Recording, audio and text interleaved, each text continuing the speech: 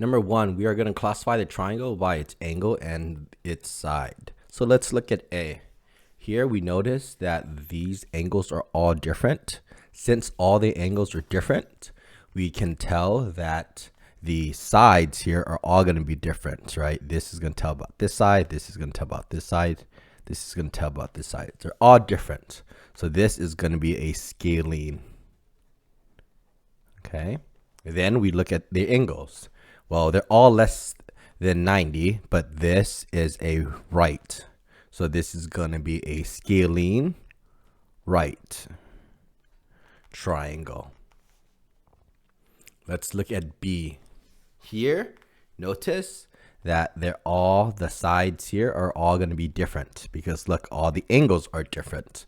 So this is going to be a scalene triangle.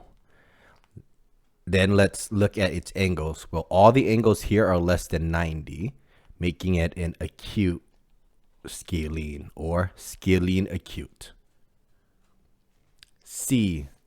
Whoop, look, there is a 20-degree here and a 20-degree here. That means that these angles are going to be congruent.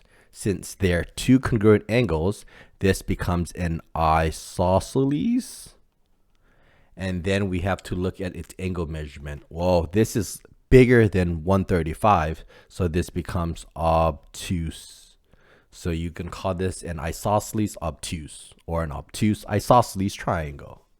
The last one, this is all 60, making all these sides congruent. This is the only one that we call equilateral triangle. Okay, so there you go. That is how you classify the triangle by its sides and its angles.